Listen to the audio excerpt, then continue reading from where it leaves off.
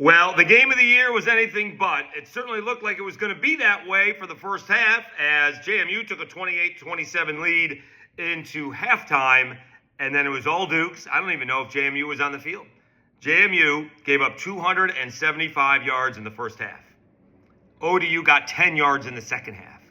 The Dukes score 42 unanswered points after being down 27-21. They go on to win 63-27. Holy cow.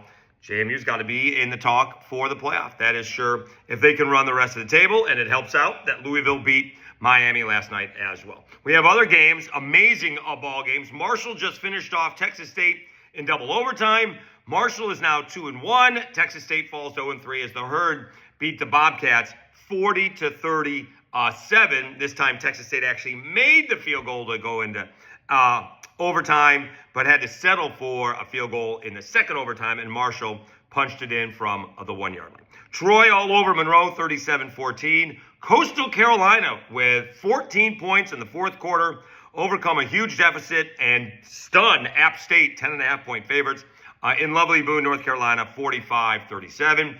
Cajuns and Southern Miss just wrapping up about the third quarter. Southern Miss leads the Cajuns 13-10. Interesting development in this one. Cajuns put Walker Howard in at the end of the half. He was actually moving it a little bit, but then threw an interception. I'm not sure what the move is there.